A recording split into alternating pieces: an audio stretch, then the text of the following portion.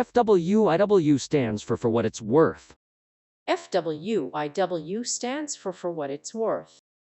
It's an idiom that rarely carries any literal meaning, and it's used to politely express that someone should consider an opinion, idea, or fact, usually because their opinion is flawed.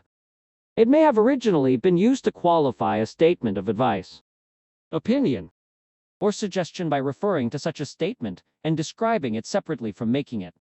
It can be used to emphasize humility by prompting the reader or listener to provide their judgment of worth against the statement being made. For example, it may be useful information. It may not be, or perhaps differs from the recipient's opinion. For example, for what it's worth. I'm very sorry, I broke the window. Please like and subscribe to our channel and click the bell icon to support us.